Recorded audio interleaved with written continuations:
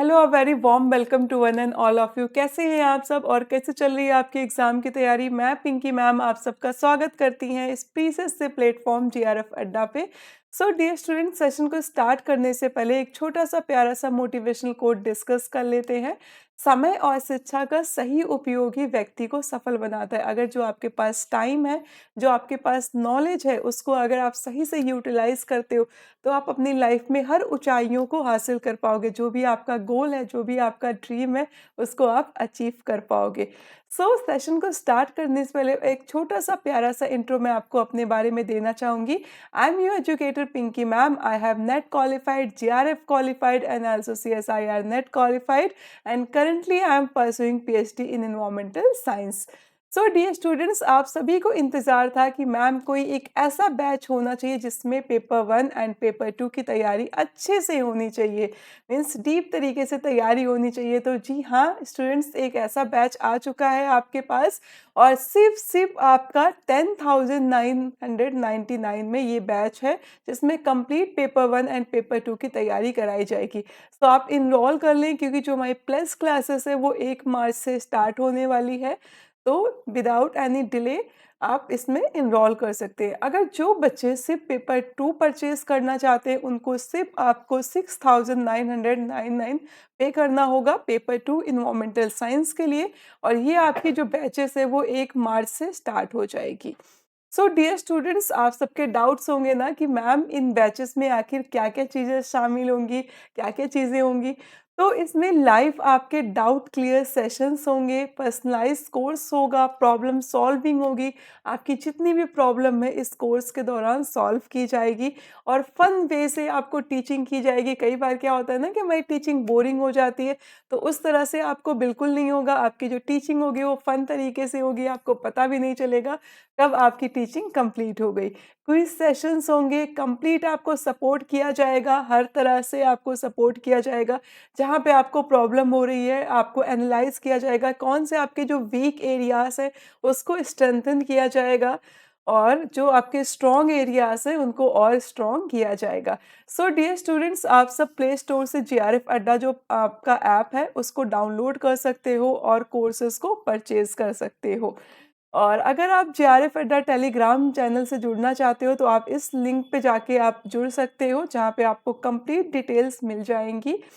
तो dear students, आज जो हम करेंगे वो कॉन्सेप्ट बेस्ड क्वेश्चंस करेंगे फ्रॉम पेपर 2, जो आपका इन्वायरमेंटल साइंस है। जो कॉन्सेप्ट बेस्ड क्वेश्चंस है उनको हम करेंगे। तो without any delay here is our first question जो हमारा है। So the Indian monsoon period from, means कि जो आपका इंडियन का जो मानसून काल होता है वो कब से कब तक होता है आपको बताना है। सो जल्दी से आप इसका आंसर बताएं मुझे।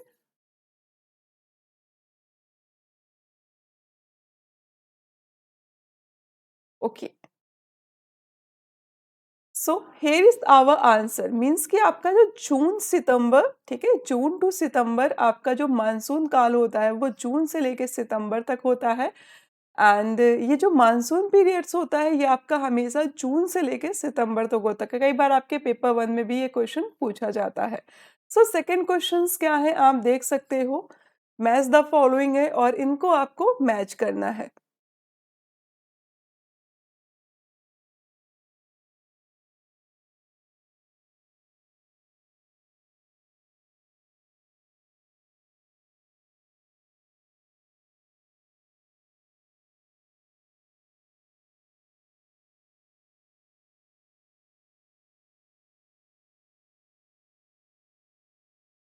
ओके, सो आपका जो आंसर है वो ए वाला होगा। कैसे ए होगा? क्योंकि हम सब जानते हैं कि जो कार्बन आपका मोनोऑक्साइड्स होता है, इसका जो सोर्स होता है वो आपका स्मोकिंग होता है। सिगरेट स्मोकिंग, जो लोग सिगरेट स्मोक करते हैं, कार्बन मोनोऑक्साइड वहाँ से एमिट होता है और ये कार्बन मोनोऑक्साइड आपकी बहुत डेंजरस गैस होती है जो कि हमें हार्म करती है। देन उसके बाद जो आपका बी का होगा नाइट्रोजन ऑक्साइड, इसका आपका कह सकते हैं कि पावर एंड इंडस्ट्रियल जो प्लांट्स होते हैं इनसे एमिट होता है। देन उसके बाद सल्फर, आपका जो डाई ऑक्साइड होता है ये आपका कोल जो हम कोल वगैरह बर्न करते हैं यहाँ से एमिट होता है। ओज़ोन हम सब जानते हैं कि जो ओज़ोन लेयर आपकी डिप्लीट होती है, केमिकल रिएक्शन या वोलेटाइल ऑर्गेनिक जो आपके कंपाउंड्स होते हैं, इनसे आपका ओज़ोन लेयर डिप्लीट होता है। सो ये आपके करेक्ट मैचेस हैं। ये सभी को पता होगा ना कि प्राइमरी पोल्यूटेंट्स कौन से होते हैं, सेकेंडरी पोल्यूटेंट कौन से होते हैं। प्राइमरी पोल्यूटेंट आपके वो पोल्यूटेंट होते हैं जो डायरेक्ट सोर्स से एमिट होते हैं, और सेकेंडरी पोल्यूटेंट वो होते हैं जो आपके दो प्राइमरी पोल्यूटेंट से मिलके बने होते हैं, जैसे आपका सल्फर ट्राइऑक्साइड हो गया, सल्फ्यूरिक एसिड हो गया, अमोनियम हो गया, ओजोन हो गया, एंड आपके पार्टिकुलेट मैटर्स हो गए। तो ये सारे आपके सेकेंडरी पोल्यूटेंट हैं। एंड प्राइमरी पोल्यूटेंट आपके कौन-कौन से होते हैं? वोलेटाइल ऑर्गेनिक कंपाउंड्स हो गए, नाइट्रोजन आपका डाइऑक्साइड हो गया, नाइट्रिक ऑक्साइड हो गया, कार्बन मोनोऑक्साइड हो गया आपका, सल्फर डाइऑक्साइड हो गया। तो ये सारे जो होते हैं वो आपके प्राइमरी पोल्यूटेंट होते हैं। कई बार एग्जामिनर आपको क्वेश्चन दे देता है प्राइमरी एंड सेकेंडरी पोल्यूटेंट मिला के, और आपको पहचानना होता है कि कौन सा इसमें से सेकेंडरी पोल्यूटेंट है या प्राइमरी पोल्यूटेंट है। सो मूव करते हैं थर्ड क्वेश्चन पे। इस क्वेश्चन को आप ध्यान से पढ़ें और इसका आंसर करने की कोशिश करें। ड्यूरिंग द कहा गया है determination of COD, COD means chemical oxygen demand of sulphuric acid is added. अगर हम सीओडी टेस्ट करते हैं उसमें सल्फ्यूरिक एसिड क्यों ऐड करते हैं, आपको ये बताना है।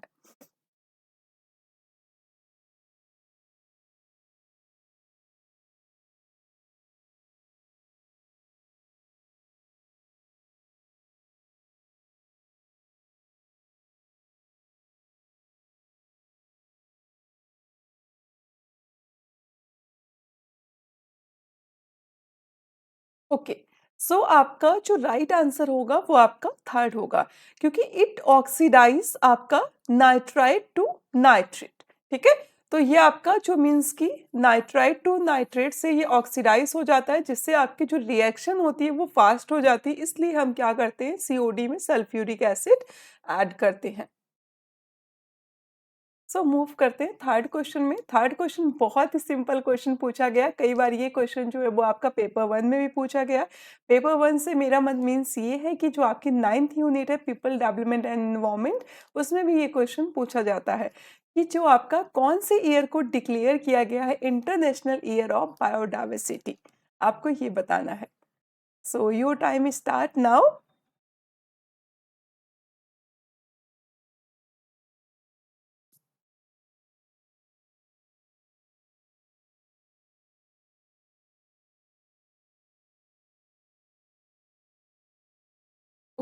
So your correct answer is P, 2010 declare किया गया इंटरनेशनल बायोडाइवर्सिटी ईयर। ये देख सकते हैं आप ना, biodiversity year.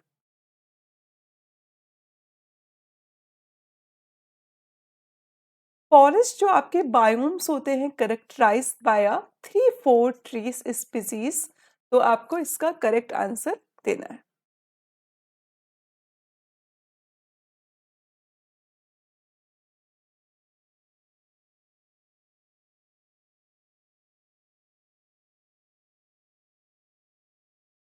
Temperate, okay, B is our correct answer, very good. Temperate forest.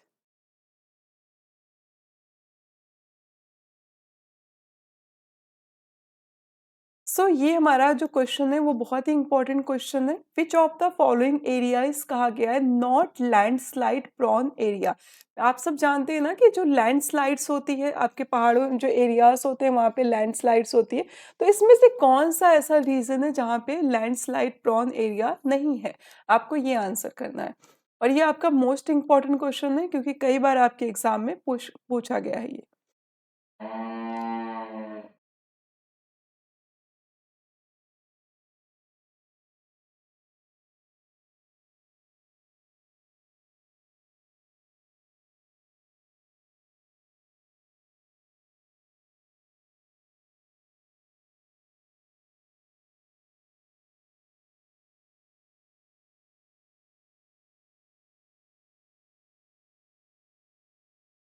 सो आपको आंसर करना है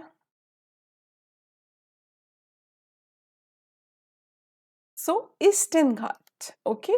जो आपका राइट आंसर है वो क्या है? ईस्टर्न घाट। इसमें कहा गया which of the following areas is not landslide prone आपका एरियाज, तो ईस्टर्न घाट। अच्छा, ईस्टर्न घाट में आपका लैंडस्लाइड प्रोन एरिया क्यों नहीं है, आपको ये बताना है। क्योंकि यहाँ पे आपका लेस स्टीप्स कह सकते हो स्लॉप होता है। जो आपके स्टीप स्लॉप्स एरियाज होते हैं ईस्टर्न घाट्स के, वो आपके लेस लैंडस्लाइड प्रोन एरियाज होते हैं। ये आप देख सकते हो ना, इस तरह से जो एरिया होते हैं आपके स्टीप स्लॉप्स इनको बोलते हैं। तो जो एरियाज होते हैं ना, यहाँ पे लैंडस्लाइड का खतरा जो होता है वो सबसे ज़्यादा होता है, क्योंकि ये स्टीप स्लॉप्स एरिया होते हैं। तो जो हमारे ईस्टर्न घाट्स होते हैं वो आपके लेस स्टीप स्लॉप्स होते हैं, इसलिए आप कह सकते हो कि यहाँ पे लैंडस्लाइड का खतरा कम होता है। नॉर्मल ये आपके इस तरह से होते हैं एरियाज, इसलिए लैंडस्लाइड का खतरा कम होता है। जो स्टीप स्लॉप्स होते हैं जैसे आपके हिमालय रीजन हो गए, या आपके north eastern Himalaya hills stations हो गए, ये आपके लैंडस्लाइड प्रोन एरियाज होते हैं इंडिया के। यहाँ पे लैंडस्लाइड्स जो होती हैं वो ज़्यादा देखने को मिल जाती हैं आपके नॉर्थ ईस्टर्न एरियाज में भी। और यहाँ पे आप कह सकते हो कि हैवी रेनफॉल्स होती हैं, सेस्मिक वेव्स ज़्यादा होती हैं, और स्टीप स्लॉप्स एरिया होते हैं ये। और जो यहाँ पे लॉसेस होते हैं ground due to over erosions, हम क्या करते हैं कई बार ना, वहाँ के जो पेड़ होते हैं उनकी कटाई करने लगते हैं इस वजह से, क्योंकि हम जानते हैं ना जो ट्रीज होती हैं वो क्या करते हैं, सॉइल को बाइंड करके रखती हैं। तो हम मोस्ट ऑफ द क्या करते हैं, अगर पेड़ को काटते हैं तो इस वजह से भी लैंडस्लाइड देखने को मिल जाती है। तो आई होप आपको समझ में आ गया होगा कि लेस स्टीप स्लॉप्स क्या होते हैं और स्टीप स्लॉप्स क्या होते हैं। स्टीप स्लॉप्स वो एरिया होते हैं जहाँ पे लैंडस्लाइड का खतरा जो होता है वो सबसे ज़्यादा होता है, और जो आपके लेस स्टीप स्लॉप्स एरियाज होते हैं वहाँ पे मीन्स कि लैंडस्लाइड का खतरा जो होता है वो कम होता है in comparison to steep slopes. So move करते हैं इस क्वेश्चन पे, ध्यान से पढ़ें इसको। विच ऑफ द फॉलोइंग कहा गया है is an example of lotic ecosystem. Lotic ecosystem का आपका एग्जाम्पल कौन सा है, आपको बताना है।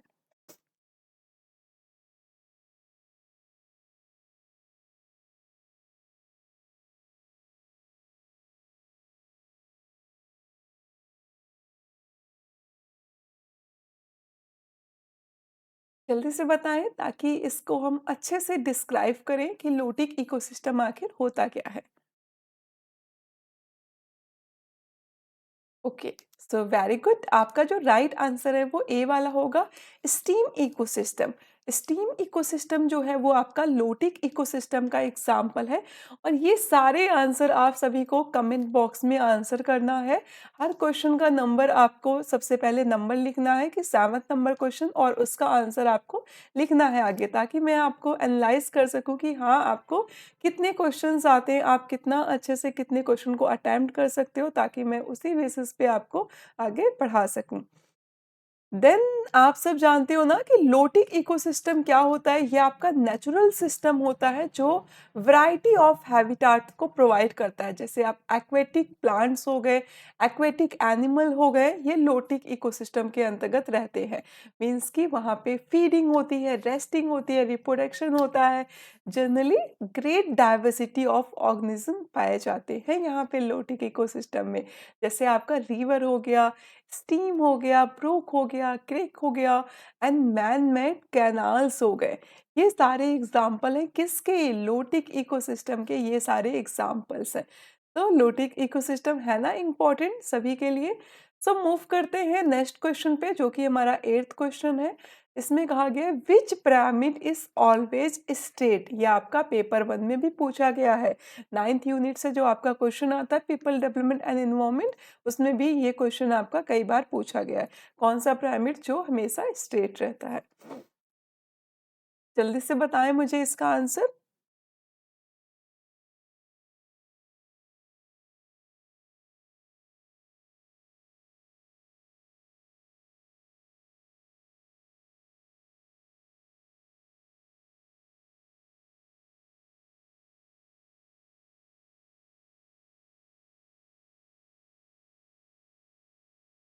ओके, तो हियर इज आवर आंसर। जो हमारा सी आंसर है वो आपका सही है, पिरामिड ऑफ एनर्जी।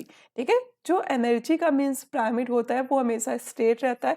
ये आप देख सकते हो, एनर्जी हम सब जानते हैं ना कि सन आपका एनर्जी का सोर्स होता है। जो हमें सन से एनर्जी मिलती है ना, तो सन जो होता है वो डायरेक्ट सोर्स ऑफ एनर्जी होता है। जो प्राइमरी आपके मीन्स की प्रोड्यूसर होते हैं उनको 100% एनर्जी मिलती है, देन उसके बाद आपका जो प्राइमरी कंज्यूमर होते हैं, इस तरह से आपका 10% इनको मीन्स कि लॉस होता जाता है आपका एनर्जी, देन उसके बाद सेकेंडरी कंज्यूमर को 1%, देन आपका मीन्स 0.1, देन उसके बाद आपका 0.01। तो इस तरह से एनर्जी का लॉस होता जाता है और आपका जो एनर्जी का पिरामिड है वो हमेशा स्ट्रेट होता है, ठीक है? क्योंकि यहाँ पे हीट का लॉस होता है, heat in the form of energy. तो मूव करते हैं नेक्स्ट क्वेश्चन में और इसको भी आप ध्यान से पढ़ें। विच ऑफ द फॉलोइंग कहा गया है type of material present in a landslides suggest, ठीक है, that the movement was rotational. आपको बताना है।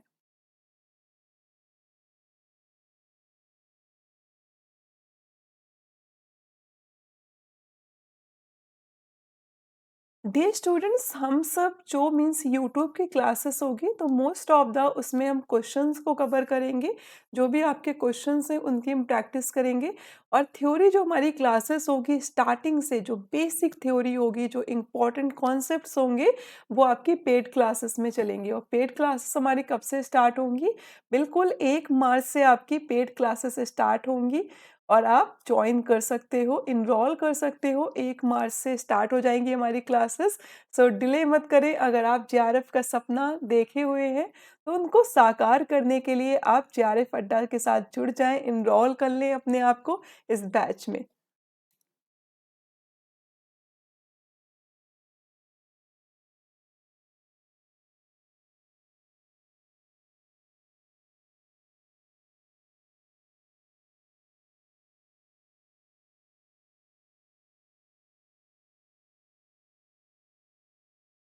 Okay, so here is our right answer. जो हमारा राइट आंसर है वो आपका बी वाला है, रॉक स्लम्प्स एंड उसके बाद आपका डेब्रिस स्लम्प्स एंड उसके बाद अर्थ स्लम्प्स। सो ये तीनों चीज़ें जो होती हैं वो आपके कह सकते हैं कि लैंडस्लाइड्स में पाई जाती हैं। सो इसके बेसिस पे डिसाइड होता है। ये देख सकते हो ना आप, लैंडस्लाइड। मूव करते हैं नेक्स्ट क्वेश्चन में।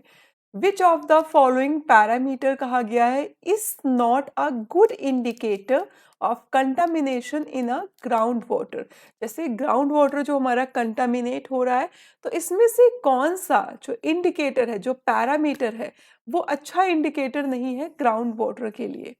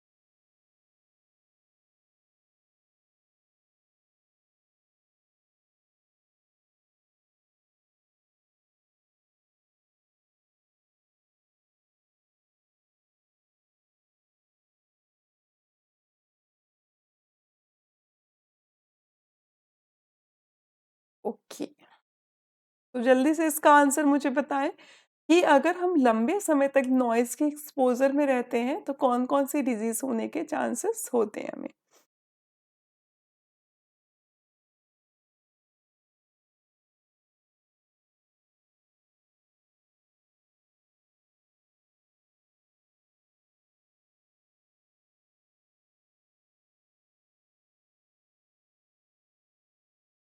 जल्दी से बताएँ।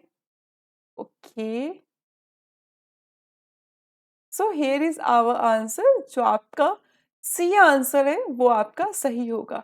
अच्छा, कैसे सी आंसर सही होगा आप कहोगे? तो डियर स्टूडेंट्स, हियरिंग लॉस तो सभी को पता है ना कि लंबे समय तक अगर हम नॉइज के एक्सपोजर में रहते हैं तो हमें कम सुनाई देता है। आप देखते हो ना कि जो लोग क्या करते हैं, किसी फैक्ट्री वगैरह में काम करते हैं तो उनको बहुत ऊंचा सुनाई देता है। क्यों सुनाई देता है? क्योंकि उन्हें ऊंचे स्वर की आदत हो जाती है, ऊंचे नॉइज की आदत हो जाती है। इस वजह से उन्हें थोड़ा-सा ऊँचा सुनाई देता है। देन उसके बाद आप सब जानते हो कि कंस्ट्रिक्शंस ऑफ अ ब्लड वेसल्स, ठीक है? जो मीन्स कि आपकी रक्त वाहिनियाँ होती हैं, वो क्या करती हैं, वो थोड़ी-सी आपकी मीन्स कि क्या होती हैं, कंस्ट्रिक्ट हो जाती हैं। मीन्स कि एक तरह से सिकुड़ जाती हैं। जैसे हम सब जानते हैं ना कि जो ब्लड वेसल्स होती हैं, वो उनका शेप जो होता है, वो कम हो जाता है ड्यू टू स्ट्रेस। स्ट्रेस के कारण क्या होता है कि उनका, ठीक है, स्ट्रक्चर जो होता है वो थोड़ा-सा कम हो जाता है, मिनिमाइज़ हो जाता है। इस तरह से आपको कह सकते हो कि एक तरह से बीपी की प्रॉब्लम जो होती है वो,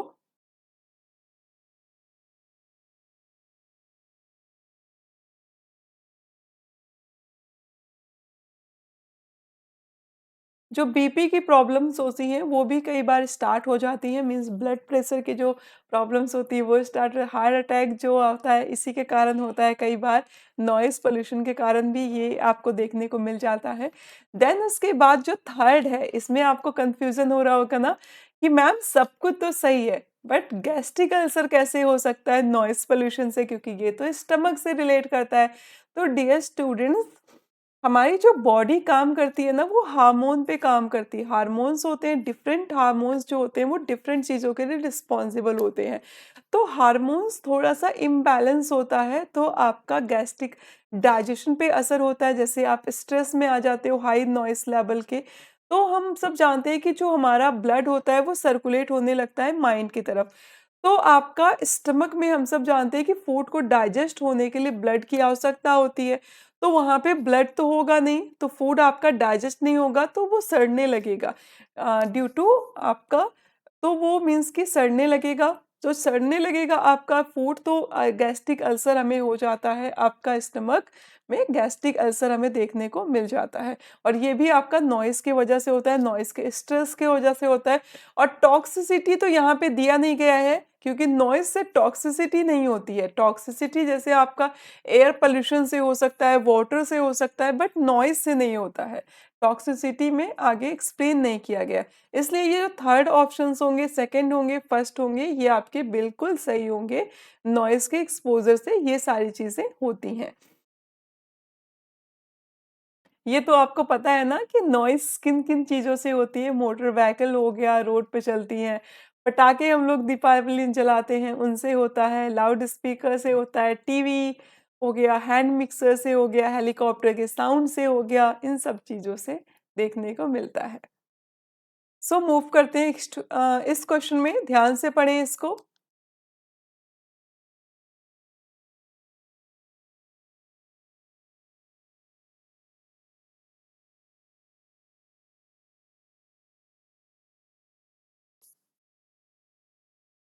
इसमें कहा गया है कि जो आपका एजोला पिनाटा है, ये क्या है? आपको बताना है। क्या ये ब्लू ग्रीन एल्गी है, या फिर ग्रीन एल्गी है, या फिर रेड एल्गी है, या फिर फर्न है? क्या है आखिर? सो डियर स्टूडेंट्स, ये आपका फन है, ठीक है? ये ना कि ब्लू ग्रीन एल्गी है, ना ही आपका, आप कह सकते हो कि ग्रीन एल्गी है, ना ही रेड एल्गी है, ये आपका फन है। फन होता कैसे है ये देख सकते हो आप। इस तरह से स्ट्रक्चर्स होता है इसका। डिफरेंट प्लांट्स में आप देख सकते हो इस तरह से स्ट्रक्चर होता है फन का। फन लाइक इस तरह से लीव्स होती हैं इसकी।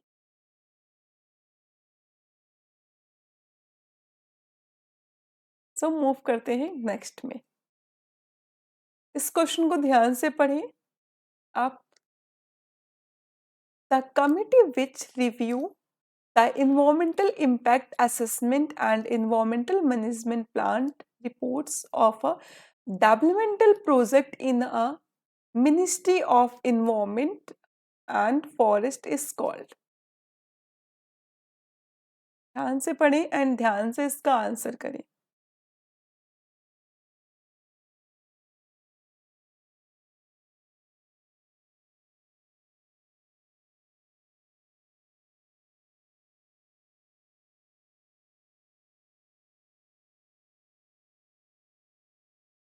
ओके, सो आपका जो राइट आंसर है वो बी वाला होगा, प्रोजेक्ट अप्रेजल कमिटी। ठीक है, परियोजना मूल्यांकन समिति ये क्या करती है, मीन्स कि किसी भी चीज को अच्छे से मैनेज करना, रिपोर्ट तैयार करती है। मिनिस्ट्री ऑफ मीन्स की इन्वायरमेंट एंड फॉरेस्ट, इसको कहा जाता है प्रोजेक्ट अप्रेजल कमिटी। तो मूव करते हैं आपका नेक्स्ट क्वेश्चन में। इस क्वेश्चन में EIA, Environmental Impact Assessment, is the baseline data describe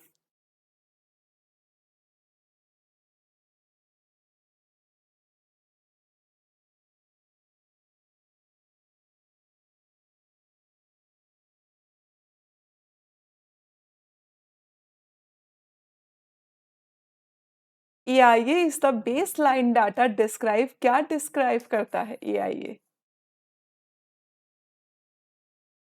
so here is our answer, जो हमारा बी है वो आपका करेक्ट आंसर है।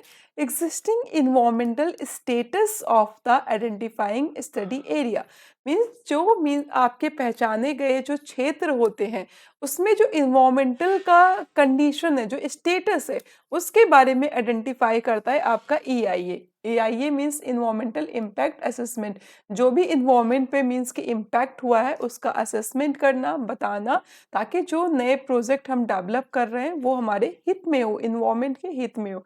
तो इन्वायरमेंट का स्टेटस को आइडेंटिफाई करना। मूव करते हैं इस क्वेश्चन में।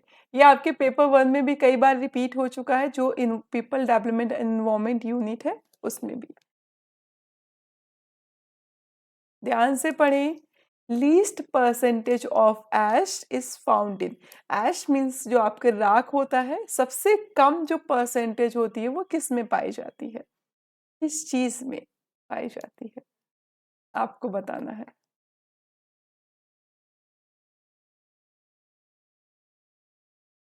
ध्यान से पढ़ें।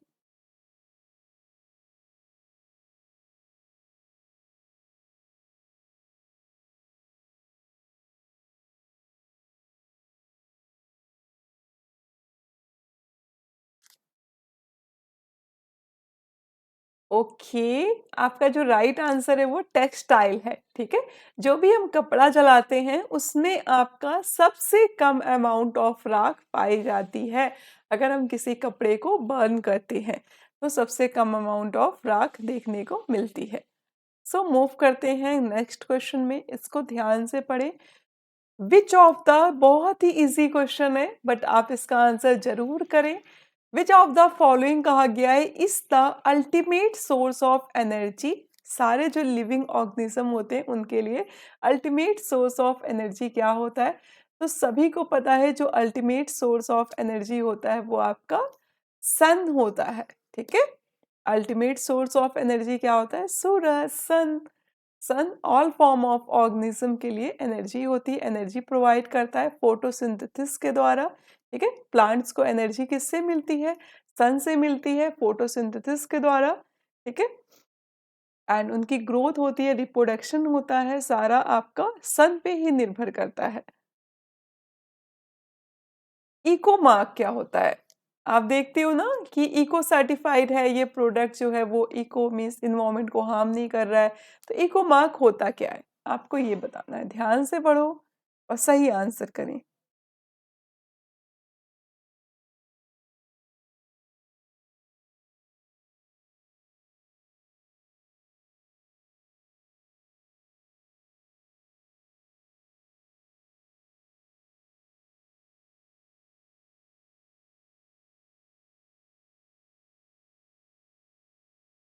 ओके, सो वेरी गुड, आपका आंसर जो है वो राइट है। लेवल given to an environment friendly product, जो इन्वायरमेंट फ्रेंडली प्रोडक्ट्स होते हैं उन पे एक लेवल दिया जाता है कि ऐसे प्रोडक्ट इन्होंने क्या नहीं किया, इन्वायरमेंट को हार्म नहीं किया, उनको हम क्या बोलते हैं, इको मार्क। ठीक है, अंडरस्टैंड। ओके, इस तरह से आपके इको मार्क होते हैं जो इको फ्रेंडली प्रोडक्ट्स होते हैं, क्योंकि ये इको इन्वायरमेंट को हार्म नहीं किए गए होते हैं। मूव करते हैं नेक्स्ट क्वेश्चन पे। Is an important source of arsenic in municipal solid waste water. Arsenic का जो सोर्स है वो क्या है, आपको बताना है। ध्यान से पढ़ें एंड आंसर दें।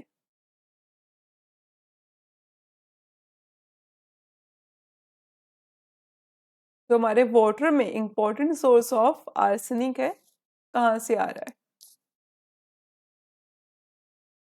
वेरी गुड, सो आपका जो राइट आंसर है वो डी वाला है। ठीक है, हाउस होल्ड पेस्टिसाइड्स, जो घरों में हम कीटनाशक यूज कर रहे हैं वहां से आपका आर्सेनिक आ रहा है। ठीक है, हमारे घरों में जो हम लोग आर्सेनिक यूज करते हैं, बहुत सारे पेस्टिसाइड्स यूज करते हैं, इंसेक्टिसाइड यूज करते हैं, आप सब देखते हो ना कि बहुत सारे इंसेक्टिसाइड पेस्टिसाइड यूज किए जाते हैं, कीटनाशक, तो उनसे क्या होता है, आर्सेनिक आपके वाटर में पाया जा रहा है। और आर्सेनिक का एक सोर्स आपका लेदर फैक्ट्री भी है, जो मीन्स कि लेदर को वॉश करने के लिए हम क्या करते हैं, आर्सेनिक को यूज करते हैं, तो उससे भी हमारा जो वाटर है वो कंटामिनेट हो रहा है। ये आप देख सकते हो। ओके, सो इस क्वेश्चन को ध्यान से पढ़ें। विच ऑफ द फॉलोइंग कहा गया है is not a non formal environmental education awareness programme. ठीक है, नॉन फॉर्मल आपका इन्वायरमेंटल एजुकेशन अवेयरनेस प्रोग्राम, इसमें से कौन सा नहीं है? क्वेश्चन थोड़ा सा घुमा के पूछा गया है, बट आप अच्छे से समझें इसको और आंसर करें, फिर मैं डिस्क्राइब करती हूँ कि पूछा क्या गया है इसमें।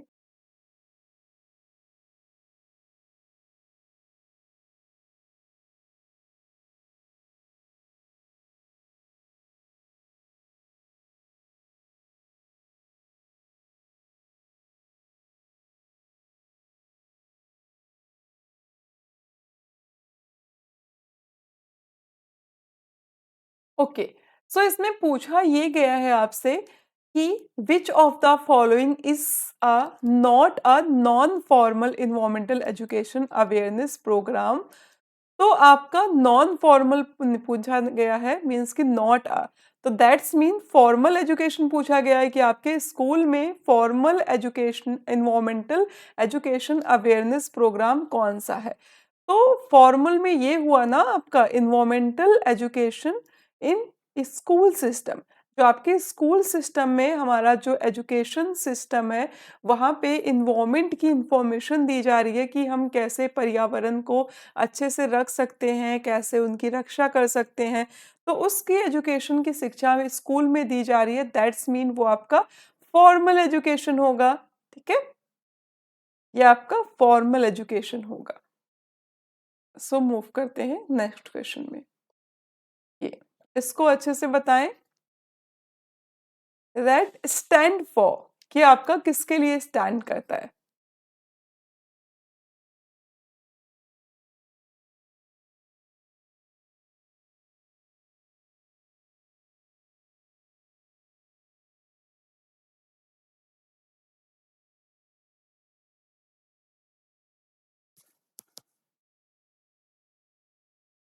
ओके, वेरी गुड, सो आपका राइट आंसर क्या है, थर्ड वाला है, reducing emission from, wait a second, reducing emission from deforestation and forest degradation, ये आपका इसके लिए स्टैंड करता है। सो मूव करते हैं नेक्स्ट क्वेश्चन में।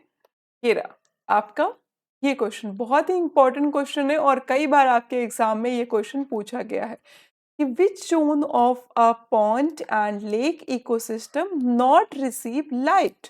मीन्स हम सब जानते हैं कि जो पॉन्ड हो गया या लेक इकोसिस्टम हो गया, ऐसा कौन सा जोन है जो लाइट को रिसीव नहीं करता। Light means sunlight. ठीक है? तो ध्यान से बताएँ इसको, ध्यान से आंसर करें।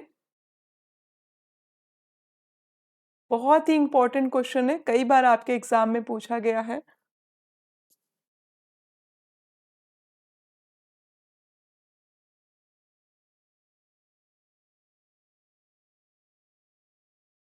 कौन-सा ज़ोन होता है जो लाइट को रिसीव नहीं करता? बिल्कुल भी ध्यान से सोचें, आंसर आप जानते हैं, ठीक है? प्रोफंडल ज़ोन, ठीक है? ये आपका ऐसा ज़ोन होता है जो लाइट को रिसीव नहीं करता। हम सब जानते हैं कि जो पॉन्ड इकोसिस्टम होता है वो आपका नंबर 1, ठीक है? 2, 3 एंड 4, 4 ज़ोन में आपका डिवाइड होता है। पॉन्ड इकोसिस्टम हो गया या लेक इकोसिस्टम हो गया। लैथरल ज़ोन आपका वो ज़ोन होता है, मीन्स कि ये आपका क्लोज़र टू द शोर, ठीक है? शोर के क्लोज़र होता है और ये क्या करता है, अलाउ करता है सनलाइट को। यहाँ पे आपकी जो सनलाइट होती है वो ईज़िली क्या करती है, पेनिट्रेट करती है। ये देख सकते हो आपका लैथरल ज़ोन, ठीक है? ये मेरे नोट्स हैं और ये मेरे नोट्स का डायग्राम है जो आपको पेड क्लासेस में ऐसे देखने को मिलेगा, ठीक है? उनके द्वारा मैं आपको पढ़ाऊँगी। हालाँकि डायग्राम थोड़ा-सा, बट आप अच्छे से समझ पाएँगे। लैथरल ज़ोन हो गया जहाँ पे ईज़िली ये देख रहे हो सनलाइट जो ईज़िली आपकी पहुँच पा रही है, ठीक है? सनलाइट के कॉन्ट्रैक्ट में ये ज़ोन है। एंड देन उसके बाद जो आपका लैमिथिक ज़ोन है, ठीक है? लैमिथिक ज़ोन है मीन्स कि ये रिफ़र क्या करता है, open water of a pond, और यहाँ पे भी आपकी जो सनलाइट है वो ईज़िली आ रही है। यहाँ पे जो हमारे फाइटोप्लैंक्टॉन्स हैं वो रहते हैं। फाइटोप्लैंक्टॉन्स बहुत ही इम्पोर्टेंट रोल प्ले करते हैं। कैसे? क्योंकि जब सनलाइट पड़ेगी इन पे, फाइटोप्लैंक्टॉन्स पे, तभी तो ये फोटोसिंथेसिस करेंगे, और जब ये फोटोसिंथेसिस करेंगे तभी तो अपना फूड बनाएँगे। और जो मीन्स कि ज़ूप्लैंक्टॉन्स होते हैं वो इन पे निर्भर करते हैं फाइटोप्लैंक्टॉन्स पे, और ज़ूप्लैंक्टॉन्स पे छोटी-छोटी फिशेस निर्भर करती हैं। इस तरह से जो एक्वेटिक इकोसिस्टम है वो चलता रहता है। तो फाइटोप्लैंक्टॉन्स बहुत ज़्यादा इम्पोर्टेंट रोल प्ले करता है। देन अदर एनिमल की स्पीसीज़ रहती हैं, स्मॉल फिशेस भी रहती हैं, इंसेक्ट्स भी रहते हैं। इंसेक्ट्स जो ज़ूप्लैंक्टॉन्स आपके, ठीक है? ज़ूप्लैंक्टॉन्स को छोटी फिशेस खाती हैं, इस तरह से इकोसिस्टम चलता है। देन उसके बाद प्रोफंडल ज़ोन हो गया। प्रोफंडल ज़ोन आपका ये देख सकते हो, 1 मिनट, ये रहा। यहाँ पे सनलाइट बिल्कुल नहीं आ रही है ना? प्रोफंडल ज़ोन जो हो गया वो आपका सनलाइट बिल्कुल नहीं आ रही है।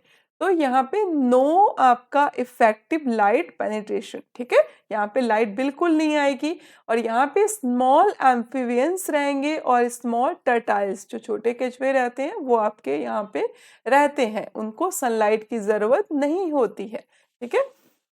देन उसके बाद जो आपका बैंथिक ज़ोन होता है, यहाँ पे कौन रहता है? यहाँ पे बिल्कुल सनलाइट नहीं आएगी, तो यहाँ पे डिकम्पोज़र रहते हैं, जो क्या करते हैं, जो भी वेस्ट वगैरह होता है उसको डिकम्पोज़ करते हैं, जिनको हम क्या करते हैं, विनॉथ, ठीक है? विनॉथ करते हैं, क्योंकि ये क्या करते हैं, डिकम्पोज़ करते हैं जो भी चीज़ें होती है, और ये बॉटम ज़ोन होता है, ठीक है? किसी भी पॉन्ड इकोसिस्टम का बॉटम ज़ोन होता है, विनॉथ, ये रहा, विनैथिक ज़ोन, ठीक है? सो आई होप कि ये डायग्राम अच्छे से समझ में आ गया होगा, क्योंकि एग्जाम में आपसे कई बार पूछा जाता है कि ऐसा कौन सा जोन है आपका पॉन्ड या लेक इकोसिस्टम का जहाँ पे सनलाइट बिल्कुल नहीं जाती, तो प्रोफंडल जोन है। और आपका ऐसा कौन सा जोन है जहाँ पे डायरेक्ट सनलाइट पास होती है, तो आपका लैथरल जोन हो गया। एंड देन उसके बाद आपका सेकंड नंबर पे लैंथिक जोन हो गया, ठीक है, जोन हो गया। सो मूव करते हैं नेक्स्ट क्वेश्चन पे। ओलैंथिक जोन में ही आपके कह सकते हो कि स्मॉल जो स्पीसीज रहती हैं या स्मॉल एनिमल्स रहते हैं आपके देखने को मिलता है, इंसेक्ट्स भी रहते हैं। और जो लेथल जोन हो गया, यहाँ पे आपके इंसेक्ट्स, स्नैल और आपकी क्रोफिश, ठीक है, और बहुत सारी स्पीसीज रहती हैं यहाँ पे। मूव करते हैं दूसरे क्वेश्चन पे। इस क्वेश्चन को ध्यान से पढ़ें। विच ऑफ द फॉलोइंग प्रोटोकॉल, ठीक है, हाइड्रोफ्लोरोकार्बन इसमें फेस आउट हुआ था, मीन्स पहचाना गया था। HFC जिसको आप कह सकते हो, ठीक है, HFC। पहचाना गया था, ठीक है? ऐसा कौन-सा प्रोटोकॉल है? ध्यान से बताना इसका आंसर।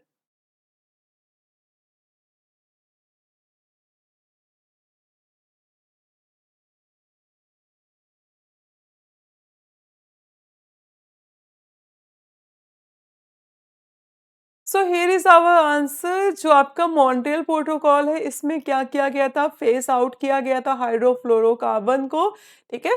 इसका जो मेन एम था क्या करना? हाइड्रोफ्लोरोकार्बन को फेस आउट करना यहाँ पे, ठीक है?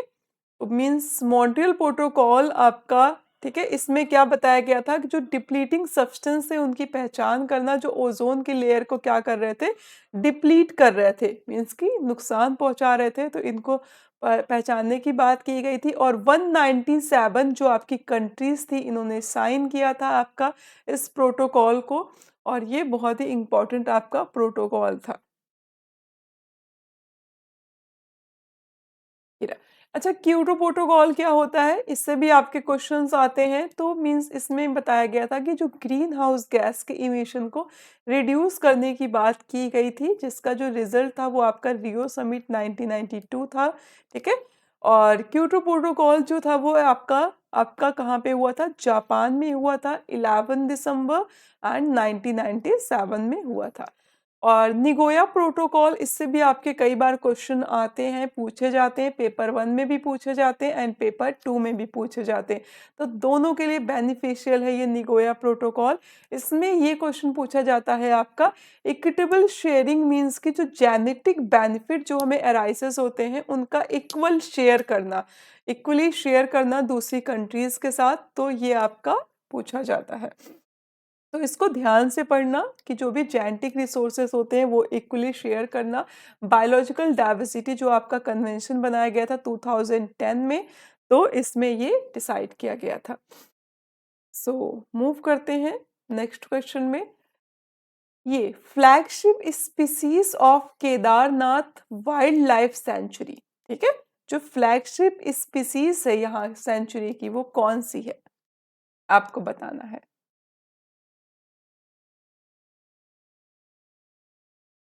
एक्चुअली केदारनाथ एक टेम्पल है, उसके बेसिस पे ये जो वाइल्ड लाइफ सेंचुरी है उसका नाम रखा गया था। सो मस्क डियर, ठीक है, ये आपकी फ्लैगशिप स्पीसीज है केदारनाथ जो वाइल्ड लाइफ सेंचुरी है वहाँ की। अच्छा, ये सेंचुरी कहाँ पे लोकेटेड है, कहाँ पे सिचुएटेड है? तो चमोली, आप कह सकते हो कि जो उत्तराखंड का ये चमोली है, वहाँ पे आपका ये सिचुएटेड है केदारनाथ वाइल्ड लाइफ सेंचुरी। जब आप वहाँ पे जाएं तो ज़रूर विजिट करें। ये आपका लार्जेस्ट प्रोटेक्टेड एरिया है, ठीक है, वेस्टर्न हिमालय रीजन का। और ये आपका मस्क डियर के लिए जाना जाता है, ठीक है, जो इंडेंजर्ड आपकी मस्क डियर है उसके लिए जाना जाता है। और इसका नाम उस पे रखा गया, जो फेमस हिंदू टेम्पल था उसके बेसिस पे इसका नाम रखा गया था, ठीक है। और ये सेंचुरी और भी चीज़ों के लिए फेमस है, आपकी स्नो लिपिड हो गया, या इंडियन आपका लियोपर्ड हो गया, एंड उसके बाद जैकाल्स हो गया, या हिमालयन आपके ब्लैक बियर्स हो गए, ठीक है, येलो थ्रोटेड आपके कह सकते हैं कि मटन्स हो गए, रेड फॉक्स हो गया, इन सब के लिए भी फेमस है आपका ये वाइल्ड लाइफ सेंचुरी। सो मूव करते हैं इस क्वेश्चन पे। जो नोबेल प्राइज मींस की विनर थे ग्रीन बेल्ट मूवमेंट के लिए, वो कौन थे? किन्होंने रिसीव किया था ये प्राइज को? आपको बताना है। जल्दी से बताएं इसका आंसर। इसके बाद एक दो क्वेश्चन और है, देन सेशन को हम एंड करेंगे। और ये बहुत ही इंपॉर्टेंट क्वेश्चंस हैं। धीरे धीरे इस तरह के क्वेश्चंस आप करते जाएंगे तो आपका जीआरएफ जो है वो बिल्कुल आपको पास दिखेगा। सो सेकंड वाला जो होगा वो आपका राइट आंसर होगा, ठीक है। वही आप कह सकते हो कि एम मिताई, ये आपके मीन्स कि इन्होंने क्या किया था? नोबेल प्राइज रिसीव किया था पीस के लिए, जो ग्रीन बेल्ट मूवमेंट था उसमें। ये रहा। सो इन्होंने ग्रीन बेल्ट मूवमेंट जो था वो 2004 में नोबेल प्राइज विन किया था, इनको अवार्ड दिया गया था नोबेल प्राइज का। और इनका जो कंट्रीब्यूशन था वो sustainable development, democracy and peace के लिए जाना जाता था, जिन्होंने प्रमोट किया था शांति को। सो मूव करते हैं इस क्वेश्चन में, ध्यान से पढ़ें इसको। एंड इसका आंसर दें। जो इंडिया में आपका, ठीक है, बिकम अ पार्टी सिटीज, कौन से ईयर में आपका सिटीज को लागू किया गया था? इंडिया में, इंडिया की बात की जा रही है यहाँ पे, ठीक है।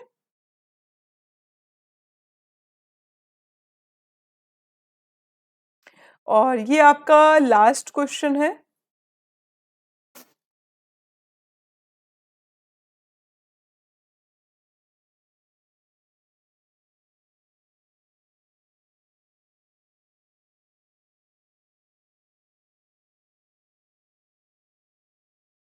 ध्यान से सोचिए, आंसर आपको पता है, आपने कई बार पढ़ा होगा, पेपर 1 में भी पूछा जाता है, पेपर 2 में भी ये क्वेश्चन पूछा जाता है। 1976, ठीक है। इंडिया में जो सिटीज आपका पार्ट हुआ था वो 1970। अच्छा, सिटीज का फुल फॉर्म किस किस को पता है? मुझे कमेंट बॉक्स में जरूर लिख के भेजना आप कि आपको सिटीज का फुल फॉर्म पता है या फिर नहीं। Convention on international trade in आपका endangered species of wild life fauna and flora, ठीक है। सो ये आपका इंडिया में जो पार्ट हुआ था वो 1976 में, ठीक है, इंडिया का पार्ट बना था। बट ये इंटरनेशनली कब फोर्स में आया था? आपका 19, ठीक है, 75 में। उसी के एक साल बाद आपका इंडिया में भी अडॉप्ट किया गया था इसको, ठीक है। तो ध्यान से इसको पढ़ना। एंड हेडक्वार्टर जो था वो आपका गनेवा में था, स्विट्जरलैंड में। जो इसके मेंबर्स थे वो 800 आपका, ठीक है, 18 4 इसके मेंबर्स थे, ठीक है। एंड सो बस दैट्स इट, इतने इसके मेंबर्स थे। एंड जो मीन्स की इंटरनेशनल जो स्पीसीज थी, जो मीन्स की थ्रेटेड स्पीसीज थी, उसकी बात इसमें की गई थी। जो इंडेंजर्ड स्पीसीज थी उसके लिए ये आपका एग्रीमेंट हुआ था। तो बस ये आपके बहुत ज़्यादा इम्पोर्टेंट क्वेश्चंस थे। कोई भी डाउट हो, कोई भी क्वेश्चंस हो तो आप इसमें मैसेज कर सकते हो, कमेंट में मैसेज कर सकते हो। थैंक यू सो मच अभी तक के लिए ज्वाइन रहने के लिए क्लास में। एंड ये स्टूडेंट्स, ये जो हमारी क्लास थी वो बहुत ही इम्पोर्टेंट क्लास थी। एंड एग्ज़ाम के प्रोस्पेक्टिव से भी आगे आने वाली जो सारी क्लासेस होंगी वो बहुत ही इम्पोर्टेंट होंगी। और आपको हर क्लास को, ठीक है, हर क्लास में जॉइन होना है, हर क्लास को देखना है। 1 2 3 हमारी जो क्लास होगी वो रिकॉर्डेड होंगी, उसके बाद हम लाइव क्लासेस भी लेंगे। सो आपको इक्वली पार्टिसिपेट करना है दोनों क्लासेस में। एंड सो क्लास को एंड करने से पहले हम बता देना चाहते हैं कि पेपर 1 एंड पेपर 2 का अगर आप सब्सक्रिप्शन लेना चाहते हो तो आप बिल्कुल सही जगह पे हो, क्योंकि 10,999 में आपको पेपर 1 एंड पेपर 2 दोनों मिल रहा है, जिसमें हम complete mock test, PYQs and concept based questions भी कराएंगे। एंड टॉपिक वाइज आपको सिलेबस भी कंप्लीट कराएंगे, जो भी इम्पोर्टेंट कॉन्सेप्ट्स हैं उनको कराएंगे। एंड मॉक टेस्ट की सीरीज भी चलेगी। और पेपर 2 का अगर आप सिर्फ सब्सक्रिप्शन लेना चाहते हो, पेपर 1 नहीं लेना चाहते हो, तो आपको 6,999 में आपको ये पड़ जाएगा। और इसमें भी हम अच्छे से बेसिक तरीके से तैयारी कराएंगे। आपका जीआरएफ जो है वो जून में, आपका जून में जीआरएफ जरूर आपको हासिल हो, क्योंकि अगर आप एक कंप्लीट सब्सक्रिप्शन लेते हो तो आपको जीआरएफ बहुत ही आसानी से अचीव हो जाएगा। आपको बिल्कुल परेशान होने की ज़रूरत नहीं है। आपका जो स्ट्रेस है वो हमारा स्ट्रेस है, क्योंकि आपको कैसे पढ़ाना है, किस तरह से पढ़ाना है, किस तरह से कस्टमाइज़ स्टडी करानी है, वो हम पे निर्भर करता है, ठीक है? सो आप बिल्कुल परेशान मत हो। आप जीआरएफ अड्डा के टेलीग्राम चैनल से भी जुड़ सकते हैं। कोई भी डाउट हो, कोई भी क्वेरी हो, तो नीचे दिए गए नंबर्स पे भी आप कॉल कर सकते हो। आपको डिस्क्रिप्शन बॉक्स में जो नंबर दिया गया है कमेंट बॉक्स में, आप उसमें कॉल कर सकते हो। कंप्लीटली आपको, ठीक है, हेल्प की जाएगी। So thank you so much. बस आज का सेशन यहीं तक था। Thank you so much all of you अभी तक जुड़े रहने के लिए। आप सबका तहे दिल से आभार। Thank you so much.